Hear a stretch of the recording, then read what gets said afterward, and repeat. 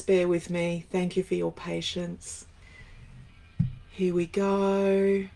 Just going live on Facebook now because I think it's really nice to show up and connect with my community. And I have no idea what's happening right now on Facebook because all I can see is an image of me. Oh, I'm so confused. Anyway, wow. This was probably not a good idea. Dunk, dunk, dunk, dunk, dunk. I'm just going to explain. Hello, everybody on Facebook. How are you? It's lovely to be here. Good morning, Leanne. Good morning, everyone. I'm looking at two screens today. I'm looking at my Facebook community here and my Instagram community over here. What I'm here to talk about is autism as a disorder versus autism as a disability and knowing the difference between the two. So typically when we read any kind of content about autism, it'll often be described as a disorder. I mean, it's in the name, autism spectrum disorder, autistic spectrum disorder. Many of us in the adult autistic community don't really appreciate that terminology, and I, for one, leave the word disorder away from how I identify with autism and how I describe myself. So I often receive the question from people asking, well, if it's not a disorder, then is it not a disability? And that's a very different thing. So when we talk about autism as a disability, we talk about it from the social model of disability. And this is in alignment with, I guess, a neurodiversity approach to understanding autism as a neurodivergence, or a different way of being in the world, or a different type of person. So rather than seeing ourselves as somebody with a brain that is not okay or needs fixing or curing or changing, we understand that we are people who have challenges and people who have strengths, much in the same way that people who aren't autistic have challenges and strengths. But when we think about the disability aspect of being autistic, it is very real. Now, a lot of people consider the disability aspect of autism in alignment with what we term as functioning labels. So some people will describe, and it's difficult for me to say this because I don't like functioning labels, but when people meet autistic people who are, as an example, non-speaking, move their bodies in different ways, make sounds that are deemed unusual or uncommon, we often hear our neurokin or our autistic siblings described as severely autistic or low functioning when they present this way, when they have an autistic expression that presents in the way I just described.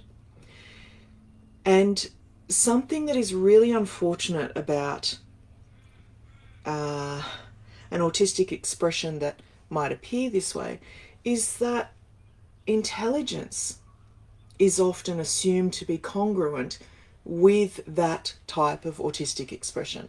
So people often assume that somebody who is labelled as severely autistic or low functioning automatically has an intellectual disability as well. And that is extremely inaccurate.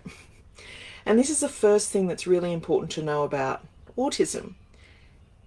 It is a different way of showing up in the world. We can be 100% completely parallel in terms of our intellect and our intelligence as a non-autistic person on the inside, but our physical expression may lead others to believe otherwise. For some of us, we may have co-occurring conditions, which, for many people who are described as severely autistic or low functioning, their bodies don't often meet the intention of their mind. So one of my children, her autistic expression is aligned with this description. So many of our autistic siblings have a sensory-driven disconnect, the inability to stop their bodies from jumping into a body of water, from running out in front of traffic, from putting their hands in fire. This doesn't mean that they're making a conscious decision to do so. It means that their body does not follow the intention of their mind, and they have no control over how their body responds to sensory stimuli when they are grossly sensory seeking. Is this making sense so far? I think we've got a bit of lag with the comments. So look, I hope I'm making sense. If I'm not, it wouldn't be the first time in my life. It would not be the first time in my life. Anyway, moving on. This kind of falls into place, our understanding of what autistic expression is or what autism is really isn't helped by the notion of a spectrum.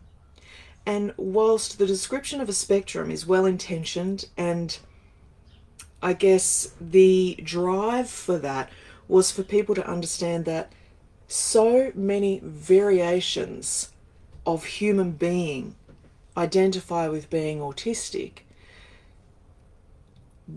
so many people visualize a spectrum as a linear representation, like a line with low functioning starting down at the beginning point and high functioning being up the other end. Now let's talk about what's in between. What is in between? Because I never hear people talking about what's in between those two extremes, which is a really decent reason why we should understand that a spectrum is not a linear representation. It is more like an array of colour, where we take bits and pieces from the spectrum of colours to make up the autistic person. And we take those variations from communication and interests and our sensory profiles, which also change across time because we're on our own developmental timeline. So then when we move away from what people describe as low functioning or severely autistic, we slide all the way up that imaginary scale to high functioning, which typically is somebody who presents like me. And people completely, whilst they completely undermine a non-speaking person's capacity and ability and intelligence, they completely overlook or dismiss the disability aspect that a person like me experiences as part of my autistic expression.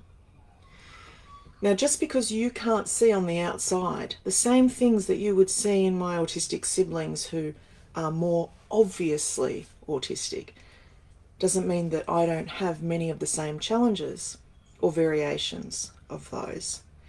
For me, most of my autistic experience is internalized, so I experience it on the inside, and I have learnt to be a master of masking, which means changing my expression, my behavior, how I look on the outside in order to fit into society, to go untargeted, to not be detected as different, because we learn very early on that that's not safe for many of us, whether that be in a school system around bullying or in a workplace.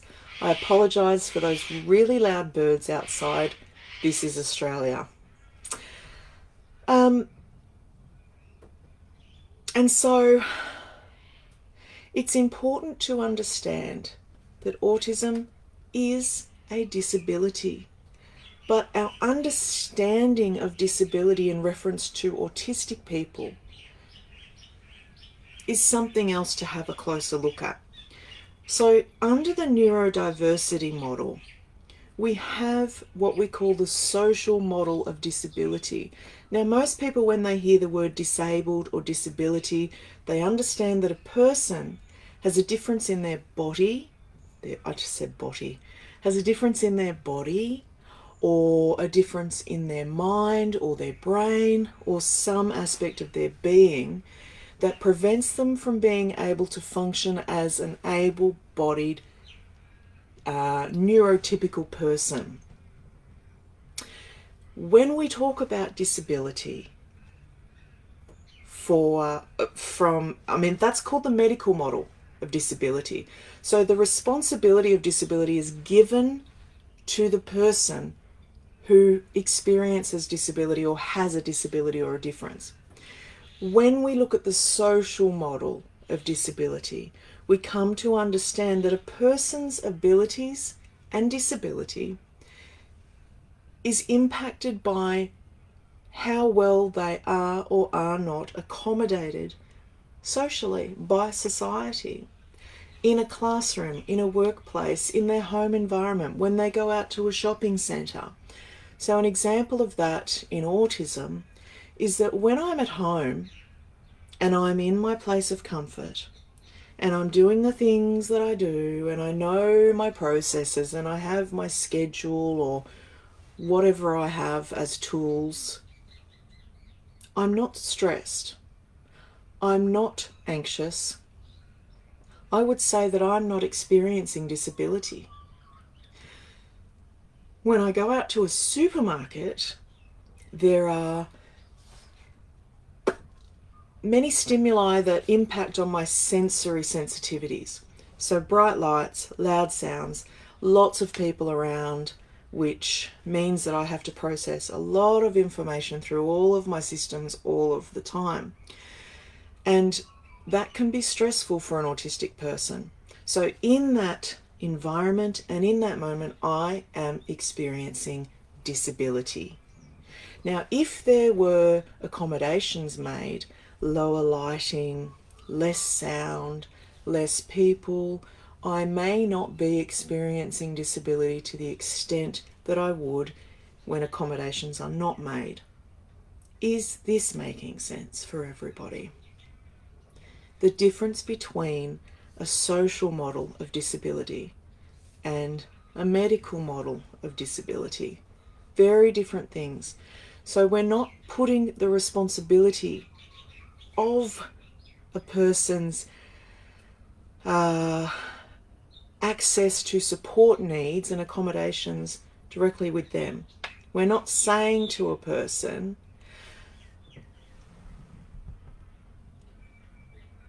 "Hi, Deb." I'm putting my head on the side because my phone's around the other way. So, we're saying to a person in the medical model of disability, well, you're the person with only one leg, so we trust that you'll work out.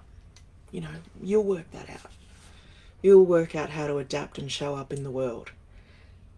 But when we look at a social model of disability, we would say, oh, we see you've only got one leg, or we see you have one leg. How can we support you? How can we make this process today easier for you? Can you give us information so that we can accommodate you so that this isn't as difficult, so that you can have the same experience or as close as possible to the same experience as people with both legs? Now, this is called equity, different from equality. And this is confused all of the time, particularly in schools. So I want to give you a personal example of this. As a university student, I contacted somebody in the Faculty of Psychological Sciences, of which I'm studying. And I said, I asked for an extension. Can I have an extension that is longer than 3 days beyond the due date, please?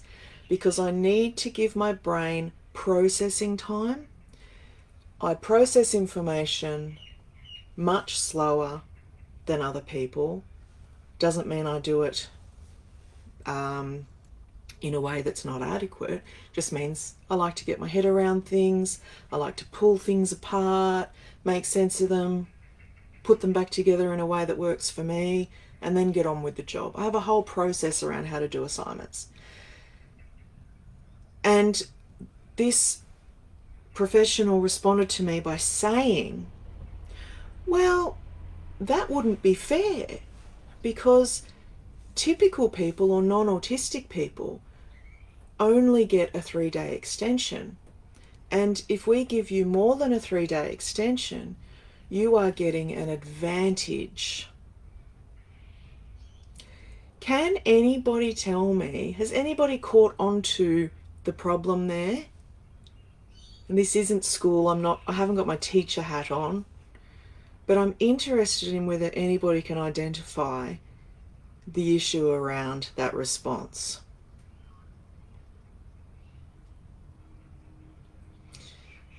Yeah, I think we've got a bit of lag. The issue around telling me I have an advantage is that I have a disability. I am autistic.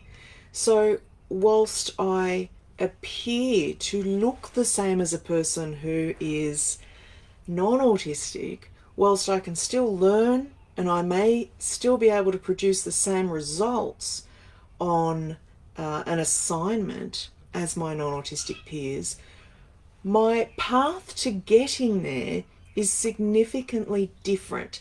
My process to produce the same results and the same quality of work is significantly different. So supporting me in that process to allow me as an autistic person to have the same opportunities and the same process, or as close as possible the same process as my non-autistic peers, is called equity. It doesn't mean I have an advantage. It means that I'm having accommodations made so that I can produce the same outcome. And this is a mistake that's made often inside of educational systems. So whilst we might think that an autistic person has an advantage by having extra time to produce academic work, oh, trust me, it's not an advantage at all. It is not an advantage at all. Even having accommodations made can still be incredibly difficult for us. So these are just a couple of examples around the differences between the social model of disability and the medical model of disability, and why equity is important and different to equality. I want to finish with addressing something that I see parents or professionals say often in response to autistic people sharing their experience. So we might say, okay, so a meltdown is the result of ongoing stress, or a meltdown is the result of being overwhelmed by sensory input. A meltdown is the result of long-term chronic anxiety. It could be the result of anything. And there are different kinds of meltdowns and different reasons for meltdowns. Now, often in response to that, there'll be a couple of people who might say, well, that's all well and good, but in the real world or in school, people don't understand that. And my child is misunderstood. So how do we teach them to fit into a world that isn't going to understand them? Which I understand because I've been there as a parent myself, and I've had the same worries. And my response to that is, when you are in a position of privilege, and what I mean by that is, if you are a white person and if you are able-bodied and if you are not autistic, or if you are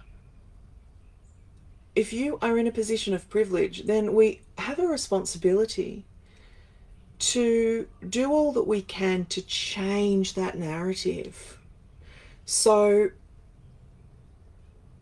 with the understanding that my child may be misunderstood in society, with the understanding that my child may have a meltdown at school and their educators may believe that they're just being naughty or being destructive, I feel a sense of responsibility to my autistic community there in that space to educate those people.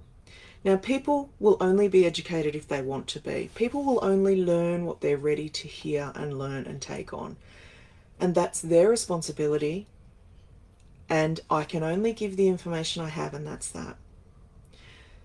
Sometimes it's confronting to be faced with having to make difficult decisions around what is okay and what is best for our children and for us and our families. But in remaining compliant with those systems that misunderstand autistic people or don't accept the reality of our experience, we're not creating change. We're not making life easier for our children. We're not helping them to be successful or functional in the future. We are reinforcing oppression. We are reinforcing a system that is failing them. So speaking up, even when we think people won't listen, speaking up and standing in our truth is my response to what we should do in those circumstances, because this is the real world. I hear parents say all the time, but in the real world, people won't accept that. And that's the responsibility of those people. It's not my child's responsibility to make adults comfortable. It's not my child's responsibility, my autistic child who is disabled, it's not their responsibility to reinforce a comfortable, complicit, conformist society that they don't get to have a space in, to show up in the world in their organic, natural, authentic, autistic self. That's not what I want for my children. That's not what I want for myself. That's not what I want for anybody who struggles in society. Using our voice to advocate for anybody that needs advocacy, not just autistic people, but coming from a space where we understand what it's like to be misunderstood, to be made out as though we are unintelligent or incapable, or that we don't deserve accommodations to be made, or that we are inadequate in any way, shape or form. When we have that lived experience, when we understand what that's like, then we have a responsibility to extend our compassion and our empathy and our privilege across all minorities, across all spaces where people need to be advocated for. Anyway, that's my rant for the day. This has been really weird, being live on 2 platforms and moving my head back and forth consistently. And thank you for bearing with me and for being here. I hope you all have a wonderful day, and I'm looking forward to connecting with people who have signed up for the webinar for tonight. Tools for thriving in everyday life with PDA, or Pathological Demand Avoidance. I'll be there at 7 p.m. Australian Eastern Standard Time, and I'd love to see you too. Okay, I have no idea how to turn this off. Oh, there we go. End.